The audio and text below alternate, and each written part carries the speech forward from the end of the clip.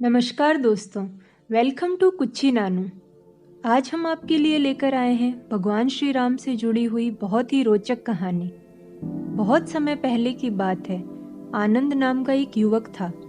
स्वभाव से बहुत ही भोला भाला, लेकिन साथ ही बहुत आलसी भी था। दिन भर कोई काम नहीं करता, बस खाना खाता और सो जाता। उसकी इसी आदत से परेशान होकर घर वालों ने उसे घर से निकाल दिया। अब वह घर से निकलकर यूं ही भटकते हुए एक आश्रम पहुंचा।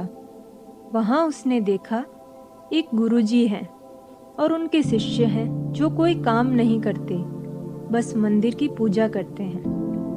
उन्हें देखकर वह बहुत खुश हो गया। सोचा, यह तो बहुत ही अच्छी जगह है। यहाँ तो बस पूजा ही करना होता है, कोई काम धाम नहीं करना। तो वह गुरुजी के पास जाकर बोला, क्या मैं यहाँ रह सकता हूँ? तो गुरुजी बोले, हाँ हाँ, क्यों नहीं। तब आनंद बोला, लेकिन मैं कोई काम नहीं कर सकता। तो गुरुजी ने कहा कि कोई काम नहीं करना होता है, बस पूजा करनी होगी। अब आनंद खुशी खुशी मान गया और आश्रम में रहने लगा।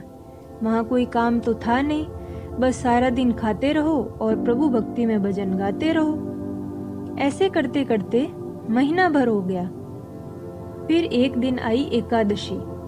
उसने रसोई में जाकर देखा, खाने की कोई तैयारी नहीं हो रखी थी। तो उसने गुरुजी से पूछा, आज खाना नहीं बनेगा क्या? तो गुरुजी बोले, आज तो एकादशी है, तुम्हारा भी उपवास है। आनंद परेशान हो गया। वो बोला, मैंने उपवास कर लिया तो मैं तो कल का दिन भी नहीं देख पाऊंगा गुरुजी। मैं उपवास नहीं कर सकता, मुझे बहुत भूख लगती है। आपने मुझे पहले क्यों नहीं बताया? तो गुरुजी बोले, ठीक है, तुम उपवास मत करो, पर खाना भी तुम्हारे लिए कोई और नहीं बनाएगा, तुम खुद बना लो। अब बेचारा मरता क्या नहीं करता, भूख भी लग रही थी। रसोई में गया। गुरुजी बोले, देखो, अगर तुम खाना बना लो तो याद से राम जी को भोग जरूर लगा देना और नदी के उस पार जाकर अपनी रसोई बना लो। तो आनंद लकड़ी, आटा, तेल, सब्जी सब लेकर चला गया और उसने जैसे तैसे खाना भी बनाया। जैसे ही वो खाना खाने लगा तो उसे याद आया, गुरुजी ने कहा था राम जी को भोग लगाना है। तो लगा भजन गाने, आओ मेरे राम जी भोग लगाओ, आओ मेरे राम जी भोग लगाओ। कोई नहीं आया तो वो बेचैन हो गया। एक तो भूख लग रही है और एक राम जी हैं जो आ ही नहीं रहे। अब वह इतना भोला था कि वह ये जानता नहीं था कि प्रभु साक्षात तो आएंगे नहीं, पर गुरुजी की बात मानना भी जरूरी है। फिर उसने कहा, देखो प्रभु, मुझे पता चल गया आप क्यों नहीं आ रहे हो। मैंने रूखा सूखा बनाया है और आपको है तर माल खाने की आदत, इसीलिए आप नहीं आ रहे हो ना। तो सुनो, आज वहां भी कुछ नहीं बना है, सबका एकादशी का उपवास है और खाना हो तो ये भोग खा लो। भगवान राम अपने भक्त की सरलता पर बहुत मुस्कुराए और माता सीता के साथ प्रकट हो गए। अब भक्त फिर परेशान। गुरुजी ने तो कहा था राम जी आएंगे, पर यहाँ तो माता सीता भी आई है और मैंने तो बस 2 ही लोगों का खाना बनाया है।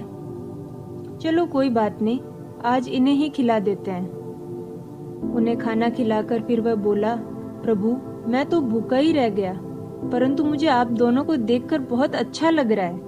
लेकिन अगली बार ऐसा नहीं करना, पहले बता देना कि आप कितने लोग आ रहे हो, और हाँ, थोड़ा जल्दी आ जाना। राम जी उसकी बात पर बहुत प्रसन्न हुए और प्रसाद ग्रहण करके चले गए। अगली एकादशी तक यह भोला मानस सब भूल गया। उसे लगा प्रभु ऐसे ही आते होंगे और प्रसाद ग्रहण करते होंगे। फिर एकादशी आई। गुरुजी से कहा, मैं चला अपना खाना बनाने, पर गुरुजी थोड़ा ज्यादा अनाज लगेगा, वहाँ 2 लोग आते हैं। गुरुजी मुस्कुराए। मन ही मन सोचा, भूख के मारे बावला हो गया है। बोले, ठीक है, ले जा और अनाज ले जा। अब की बार उसने 3 लोगों का खाना बनाया और फिर गुहार लगाई, प्रभु राम आइए, सीताराम आइए, मेरे भोजन का भोग लगाइए। अब प्रभु की महिमा भी निराली है। भक्त के साथ कौतुक करने में उन्हें भी बड़ा मजा आता है। इस बार अपने भाई लक्ष्मण, भरत, शत्रुघ्न और हनुमान जी को लेकर आ गए। अब भक्त को आ गए चक्कर। यह क्या हो गया, एक का भोजन बनाया तो 2 आए, आज 2 का भोजन ज्यादा बनाया तो पूरा खानदान ही आ गया। लगता है आज भी भूखा ही रहना पड़ेगा। सबको भोजन लगाया और बैठे बैठे देखता रहा। अनजाने में उसकी भी एकादशी हो गई। फिर अगली एकादशी आने से पहले गुरुजी से बोला, गुरुजी, ये आपके प्रभु राम जी अकेले क्यों नहीं आते? हर बार कितने सारे लोग ले आते हैं, इस बार अनाज ज्यादा देना। तो गुरुजी को लगा कहीं ये अनाज बेचता तो नहीं है, देखना पड़ेगा जाकर। बोले, भंडारे में जितना अनाज चाहिए ले लो, और छुपकर उसे देखने चल पड़े। इस बार आनंद ने सोचा, खाना पहले नहीं बनाऊंगा, पता नहीं कितने लोग आ जाएं, पहले बुला लेता हूँ फिर बनाता हूँ। उसने फिर आवाज लगाई, प्रभु राम आइए, श्री राम आइए, मेरे भोजन का भोग लगाइए। सारा राम दरबार मौजूद, लेकिन यह क्या, प्रसाद तो तैयार ही नहीं है। भक्त ठहरा भोला भाला, बोला, प्रभु इस बार मैंने खाना नहीं बनाया। प्रभु ने पूछा क्यों? तो वह बोला, देखो मुझे तो मिलेगा नहीं, फिर क्या फायदा बनाने का, आप खुद ही बना लो और खुद ही खा लो। राम जी मुस्कुराए और सीता माता भी गदगद हो गई उसके मासूम जवाब से। लक्ष्मण जी बोले, अब क्या करें प्रभु? तो प्रभु बोले, भक्त की इच्छा है तो पूरी तो करनी पड़ेगी, चलो लग जाओ काम पर। तो लक्ष्मण जी ने लकड़ी उठाई, माता सीता आटा लगाने लगी और भक्त एक तरफ बैठकर देखता रहा। माता सीता रसोई बना रही थी तो कई ऋषि मुनि गंधर्व प्रसाद लेने आने लगे। इधर गुरुजी ने देखा कि खाना तो बना नहीं और भक्त एक कोने में बैठा है। तो पूछा, बेटा क्या बात है, खाना क्यों नहीं बनाया? तो आनंद बोला, अच्छा किया गुरुजी आप आ गए, अब देखिए कितने लोग आते हैं प्रभु के साथ। गुरुजी बोले, पर मुझे तो कोई दिखाई नहीं दे रहा तुम्हारे और अनाज के सिवा।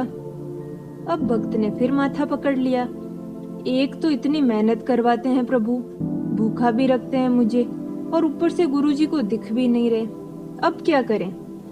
प्रभु से कहा, आप गुरुजी को क्यों नहीं दिख रहे प्रभु? तो प्रभु बोले, मैं उन्हें नहीं दिखाई दे सकता। तो आनंद ने पूछा, ऐसा क्यों? वे तो बहुत बड़े पंडित हैं, ज्ञानी हैं, विद्वान हैं, उन्हें तो बहुत कुछ आता है, आप उनको क्यों नहीं दिखते? तब प्रभु बोले कि माना कि उन्हें सब आता है, पर वह तुम्हारी तरह सरल नहीं है, इसलिए उनको नहीं दिखाई दे सकता। तो आनंद ने गुरुजी से कहा, प्रभु कह रहे हैं आप सरल नहीं हैं, इसलिए आपको नहीं दिखेंगे।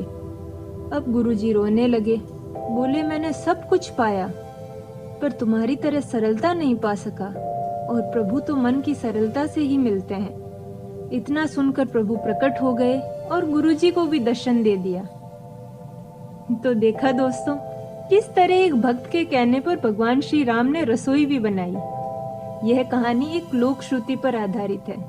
उम्मीद है आपको कहानी पसंद आई होगी। अगर आपको कहानी पसंद आई है तो हमारे चैनल को लाइक कीजिए, अपने दोस्तों के साथ शेयर कीजिए और सब्सक्राइब कीजिए।